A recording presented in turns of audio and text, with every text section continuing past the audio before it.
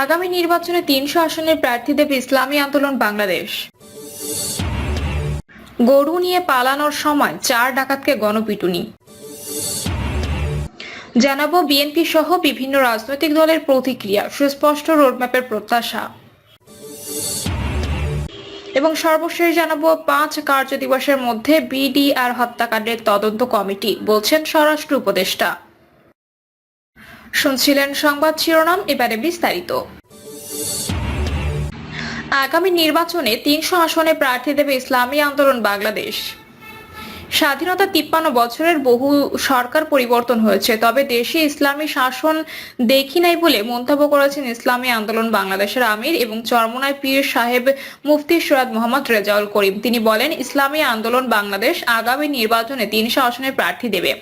অতীতে ইসলামী দলগুলোকে স্বার্থান্বেষীরা তাদের স্বার্থে ব্যবহার করেছে, কিন্তু ইসলামী আন্দোলন বাংলাদেশ জনগণের জন্য কাজ করবে এবং ঐক্যবদ্ধভাবে রাজনীতি করবে। মুফতি রেজাউল করিম বলেন, বাংলাদেশ একবার নয়, দুবার নয়, ৫ বার চোরের দিক থেকে ১ নম্বর হয়েছে। প্রতি বছর যে পরিমাণ অর্থ লুটপাট হয়েছে তা দিয়ে ২টি পদ্মা সেতু নির্মাণ সম্ভব ছিল। ট্রাভেল প্যাকেজ তিনি সরকারের বিরুদ্ধে অভিযোগ করে বলেন, এমপির পদে বসে, মন্ত্রীর পদে বসে মেহনতি সাধারণ মানুষের ট্যাক্সের টাকা লুটপাট করা হয়েছে এবং বিদেশে বেগমপাড়া তৈরি করা হয়েছে। এই ধরনের চোরদের একটি হাত কেটে দিলে বাংলাদেশ চোরমুক্ত হয়ে যাবে। গরু নিয়ে পালানোর সময় ৪ ডাকাতকে গণপিটুনি। ঝিনাইদহ সদরের নাথকুণ্ডু এলাকার গরু নিয়ে পালানোর সময় গণপিটুনিতে ৪ ডাকাত আহত হয়েছেন। দিবাগত রাত 11:30টার দিকে এই ঘটনা ঘটে। এর আগে গরু নিয়ে পালানোর সময় ডাকাতদের হামলায় গুরুতর আহত হন ঝিনাইদহ সদর উপজেলার বাদপুকুরিয়া গ্রামের শিমুল নামের এক যুবক। জানা যায়, চুয়াডাঙ্গা জেলা থেকে কয়েকজন ব্যবসায়ী ছোট আকারের 10টি গরু ট্রাকে করে নিয়ে ঢাকার দিকে যাচ্ছিলেন। প্রতিমধ্যে তারা ঝিনাইদহ সদর উপজেলার বইডাঙ্গা বাজার এলাকায় পৌঁছালে আগে থেকে ওত পেতে থাকা ডাকাতরা ওই ট্রাকটির গতিরোধ করে চালক ও কয়েকজন ব্যবসায়ীর চোখে মরিচের গুঁড়া ছিটিয়ে দেয়। পরে দ্রুত ওই ট্রাকের 10টি গরু নিজেদের ট্রাকে তুলে পালানোর চেষ্টা করে ডাকাতরা। তখন পেছনে থাকা মোটরসাইকেল আরোহী শিমুল ও অপর এক ব্যক্তি ডাকবাংলা পুলিশ ক্যাম্পে বিষয়টি জানিয়ে ট্রাকের পেছনে ডাকাত ডাকাত বলে ছুটতে থাকে। এক পর্যায়ে ডুগডুগি এলাকায় ডাকাতরা ট্রাকে ধাক্কা দিয়ে তাদের ফেলে দেয়। পরে সাগান্না ইউনিয়নের নাথকুণ্ড এলাকায় পৌঁছালে এলাকার লোকজন টের পেয়ে ডাকাতদের ধরে ফেলে এবং গণপিটুনি দেয়। ঝিনাইদহ সদর থানা ভারপ্রাপ্ত কর্মকর্তা আব্দুল্লাহ আল মামুন জানান, পুলিশ ঘটনাস্থলে পৌঁছে ডাকাতদের আটক করে এবং গরু সহ ট্রাকটি জব্দ করে। গরুগুলোকে পরবর্তী সময় তাদের মালিকের কাছে বুঝিয়ে দেওয়া হবে। আহতদের হাসপাতালে চিকিৎসা দেওয়া হচ্ছে। বিএনপি সহ বিভিন্ন রাজনৈতিক দলের প্রতিক্রিয়া, সুস্পষ্ট রোডম্যাপের প্রত্যাশা। প্রধান উপদেষ্টা ডক্টর মোহাম্মদ ইউনূস জাতির উদ্দেশ্যে দেওয়া ভাষণে নির্বাচনের সম্ভাব্য সময় নিয়ে একটা ধারণা দিয়েছেন, যা ইতিবাচক হিসেবে দেখছে বিএনপি সহ বিভিন্ন রাজনৈতিক দলগুলো। তবে নেতাদের অভিমত, সেখানে সুস্পষ্ট কোনো রোডম্যাপ নেই। তিনি নির্বাচনের কথা বলতে গিয়ে যদি বলেছেন সেটা তারা আশা করেনি। এক্ষেত্রে সুনির্দিষ্ট মাস বা সময়সীমা উল্লেখ করলে ভালো হতো। প্রধান উপদেষ্টা অল্প দিনের মধ্যে সংস্কার ও নির্বাচনের সময় সুনির্দিষ্ট করে একটি রোডম্যাপ দেবেন বলে আশা করেছে দলগুলোর নেতারা। তারা আরো মনে করেন, যদি প্রধান উপদেষ্টা গণতান্ত্রিক রাজনৈতিক দলগুলোর সঙ্গে বসেন, ঐকমত্যের ভিত্তিতে পথ বের করতে বেশি সময় লাগবে না।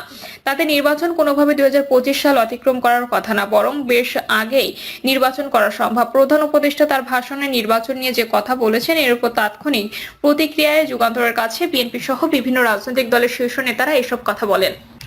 বিজয় দিবস উপলক্ষে সকালে জাতির উদ্দেশ্যে ভাষণ দেন অন্তর্বর্তী সরকারের প্রধান উপদেষ্টা ডক্টর মোহাম্মদ ইউনূস। সেখানে তিনি নির্বাচন নিয়ে বলেছেন, আমি সব প্রধান সংস্কারগুলো সম্পন্ন করে নির্বাচন আয়োজন করার ব্যাপারে বারবার আপনাদের কাছে আবেদন জানিয়ে এসেছি।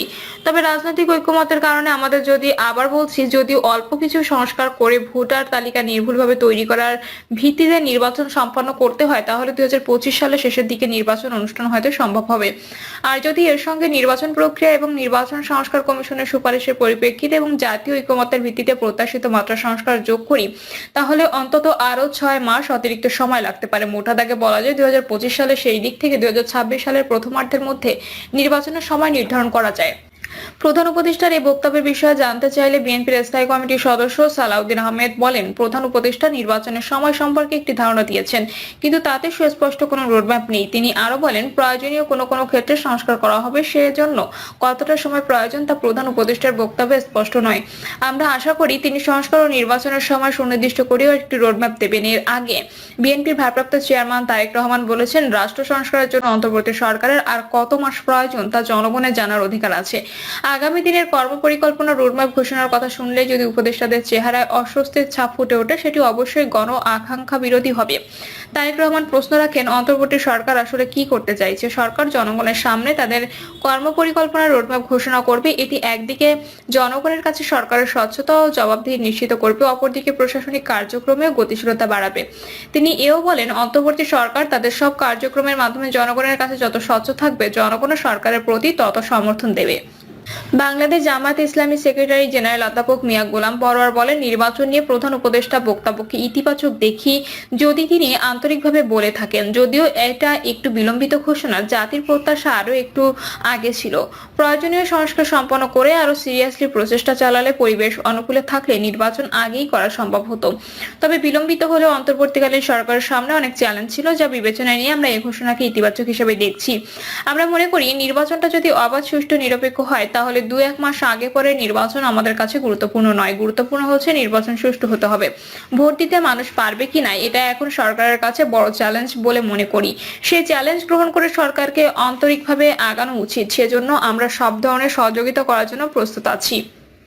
ইসলামী আন্দোলন বাংলাদেশের সিনিয়র যুগ্ম মহাসচিব ও মুখপাত্র মাওলানা গাজী আতাউর রহমান বলেন, প্রধান উপদেষ্টা বলেছেন, নির্বাচন যদি করতে হয় নির্বাচন করতে হবে।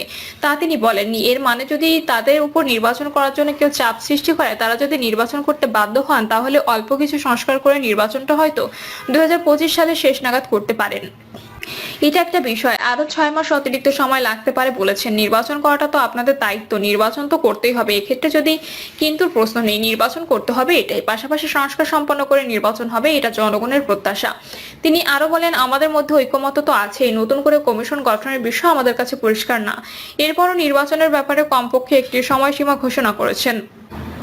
এজন্য ধন্যবাদ জানাই। আশা করি এই সময়সীমা ঠিক থাকবে। 2025 সালে না হোক 2026 সালের শুরুতেই আশা করি একটি নির্বাচন পাবে। লিবারেল ডেমোক্রেটিক পার্টি এলডিপির president doctor colonel Oli Ahmed বলেন, অন্তর্বর্তী সরকারের প্রায় উপদেষ্টারা নির্বাচনের তারিখ নিয়ে বিভিন্ন রকম মন্তব্য করে জাতিকে বিভ্রান্ত করছেন। তাদের কাজ হলো নিজস্ব মন্ত্রণালয় সম্পর্কে বক্তব্য রাখা, নিজস্ব মন্ত্রণালয় নিয়ে ব্যস্ত থাকা, কিন্তু সেটা না করে নির্বাচনের তারিখ নিয়ে সম্ভাব্য সময় ঘোষণা করছেন, সেটা সঠিক নয়। আমরা আশা করব প্রধান উপদেষ্টা একটা রোডম্যাপ দেবেন। আমি প্রথম দিক থেকে বলে আসছি, রাজনৈতিক দলগুলোকে তাদের কর্মপরিকল্পনা করার সুযোগ দিতে হবে। অন্তর্বর্তী সরকার অনির্দিষ্টকালের জন্য আসেনি, 1 থেকে সর্বোচ্চ 1.5 বছরের মধ্যে তাদের নির্বাচন অনুষ্ঠান করতে হবে। এর অতিরিক্ত সময় কোনো অবস্থায় কাম্য নয়, কারণ বর্তমান অন্তর্বর্তী সরকারের উপর বিদেশিরা আস্থা রাখতে পারছে না, যে কারণে বিনিয়োগ আসছে না, বিদেশিদের সঙ্গে গুরুত্বপূর্ণ চুক্তিগুলো হচ্ছে না। সুতরাং এখানে নির্বাচিত সরকার একান্তই প্রয়োজন। তাদের মূল দায়িত্ব হবে, যতদূর সংস্কার না করলে দেশ সঠিক পথে আগাবে না, ওই সংস্কারগুলো করা এবং অনতিবিলম্বে নির্বাচনের একটি রোডম্যাপ জনগণকে দিয়ে দেওয়া। তাহলে রাজনৈতিক দলগুলো তাদের কর্মকাণ্ড নিয়ে ব্যস্ত থাকবে, বিদেশিরা আশ্বস্ত হবে, দেশের জনগণও আশ্বস্ত হবে। অন্যথায় তাদের লোভ লালসাটাই প্রকাশ পাবে। গণতন্ত্র মঞ্চের সমন্বয়ক ও বিপ্লবী ওয়ার্কার্স পার্টির সাধারণ সম্পাদক সাইফুল হক বলেন, তার বক্তব্যকে ইতিবাচক হিসেবেই দেখতে চাই। তিনি নির্বাচন নিয়ে একটা ধারণা দিয়েছেন। আমার মনে হয় আগামী অল্প দিনের মধ্যে তারা গোটা নির্বাচনের তৎপরতা সম্পর্কে আরো সুস্পষ্ট সুনির্দিষ্ট বক্তব্য দেবেন। আর প্রধান উপদেষ্টার পরে কাজ হবে নির্বাচন কমিশনকে একটি সুস্পষ্ট ধারণা দেওয়া, যাতে কমিশন নির্বাচনের যাবতীয় প্রস্তুতি তারা গ্রহণ করতে পারেন। নির্বাচনের সুস্পষ্ট ঘোষণা হলে 3টি জিনিস দাঁড়ায়। একটা হচ্ছে মানুষের মধ্যে আস্থার জায়গা তৈরি, দ্বিতীয়ত রাজনৈতিক দলগুলো সাংগঠনিক প্রস্তুতির জন্য একটি পরিকল্পনা করতে পারে, আর তৃতীয়ত হলো গুরুত্বপূর্ণ স্টেক হোল্ডার সবারই সরকারের প্রতি আস্থার জায়গা বাড়তে পারে। তাই আশা করব অল্প দিনের মধ্যে আরো সুনির্দিষ্ট সুস্পষ্ট করে তারা পুরো বিষয় দেশবাসীর সামনে হাজির করবেন।